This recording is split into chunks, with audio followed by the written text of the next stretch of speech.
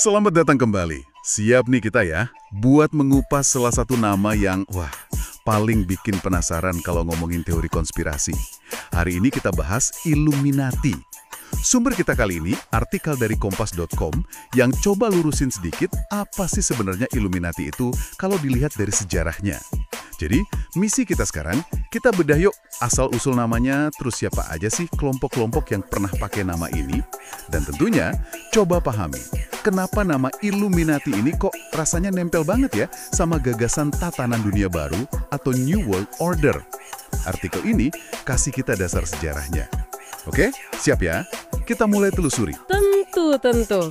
Oke, kita mulai dari akarnya dulu ya. Istilah Illuminati itu sendiri kan dari bahasa Latin illuminatus.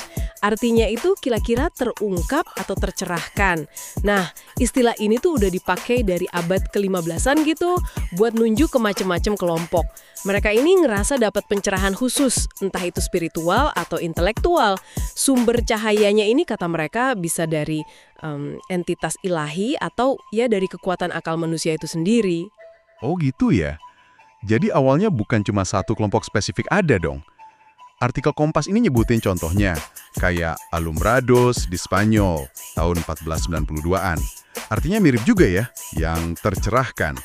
Terus ada juga Rosicrucian. Wah, ini kayaknya lebih esoteris lagi ya. Ajarannya campuran macam-macam. Ada Hermetisme Mesir, Gnostisisme, Kabbalah, alkimia juga. Katanya sih udah lama banget ini. Betul. Jadi ada beberapa kelompok lah ya dalam sejarah yang pakai atau dihubung-hubungin sama label tercerahkan ini. Tapi nih, kelompok yang paling sering jadi sorotan, yang paling sering dikaitin sama teori konspirasi modern, itu ya Ordo Illuminati Bavaria. Nah, kelompok ini didirikan 1 Mei 1776. Pendirinya Adam Weishaupt. Adam Weishaupt? Iya, dia ini profesor hukum kanon di Ingolstadt, Bavaria. Dan yang menarik, dia mantan Yesuit.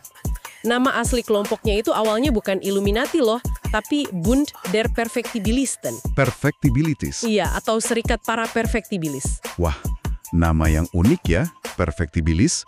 Maksudnya apa itu? Dan gimana ceritanya kelompok yang ini nih, yang namanya Perfectibilis, kok bisa jadi identik banget sama tuduhan agenda rahasia global gitu? Nah, Weishaupt kasih nama Perfectibilis itu karena tujuan awalnya, ya paling nggak yang diomongin ya, itu buat capai kesempurnaan moral sama pencerahan lewat akal budi. Jadi bebas dari dogma agama, terus bebas dari pengaruh negara. Waktu itu mereka itu mengedepankan rasionalisme, lawan tahayul, sama penyalahgunaan kekuasaan. Nah, soal hubungannya sama teori konspirasi, wah ini bagian yang agak rumit nih. Dan berkembangnya itu jauh setelah kelompok Weishaupt sendiri sebenarnya udah nggak aktif lagi. Nah, ini dia nih biasanya muncul gagasan soal New World Order itu. Bisa dijelasin dikit nggak? Inti tuduhan New World Order yang sering banget ditempelin ke Illuminati ini apa sih?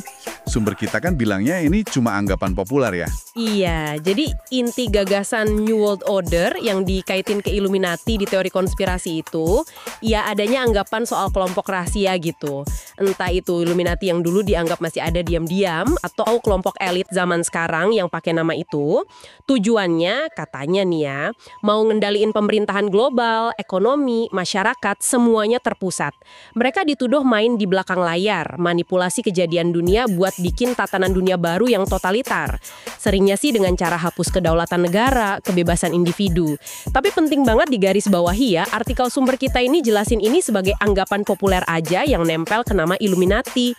Fokus artikelnya lebih ke sejarah asal-usul, nama sama kelompoknya si Weishaupt itu.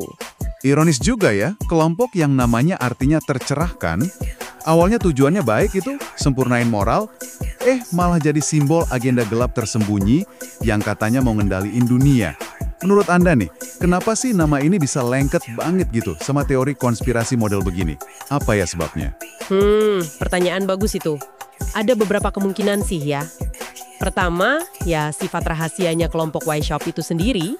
Mereka kan pakai nama samaran, ada ritual inisiasi segala, emang bikin curiga orang. Kedua, pas kelompok ini dilarang pemerintah Bavaria tahun 1785, yang muncul spekulasi kalau mereka nggak bubar beneran, tapi gerak di bawah tanah aja. Ketiga, dan ini mungkin yang paling, Paling signifikan kali ya, cerita soal adanya kelompok rahasia super kuat yang ngendaliin dunia dari balik layar itu emang punya daya tarik psikologi sendiri. Rasanya kayak ngasih penjelasan simpel gitu. Ya meskipun belum tentu benar, buat kejadian dunia yang rumit, kadang kacau dan susah dipahamin, nama Illuminati ini jadi kayak wadah gampang aja gitu buat nampung rasa takut sama curiga ke kekuasaan yang nggak kelihatan. Oke. Jadi, kalau kita tarik kesimpulan ya, dari sumber kita, Illuminati itu secara sejarah sebenarnya label yang dipakai beberapa kelompok beda yang ngerasa tercerahkan. Yang paling terkenal ya, kelompok perfektibilisnya Adam Weishaupt di Bavaria abad 18 itu, yang tujuan awalnya pencerahan moral sama rasional. Istilahnya sendiri artinya ya pencerahan itu tadi. Tepat sekali. Sementara itu, hubungan eratnya sama teori konspirasi global soal New World Order itu fenomena yang munculnya belakangan banget, yang akhirnya ngebentuk persepsi orang banyak sekarang ini. Sumber kita ini ngebantu misahin lah ya, mana fakta sejarah, mana cerita populer yang muncul kemudian. Nah, ini jadi bawa kita ke pertanyaan penutup yang menarik nih buat Anda renungkan di rumah. Kenapa sih ide soal kekuatan tak terlihat ya kan, kelompok elit rahasia yang ngatur nasib dunia, kok kayaknya muncul terus ya, dan menarik banget buat imajinasi kita sepanjang sejarah. Apa yang bikin cerita kayak gini tuh rasanya klik banget gitu. Sesuatu buat dipikirin lebih lanjut ya. Sampai jumpa di penelusuran kita berikutnya.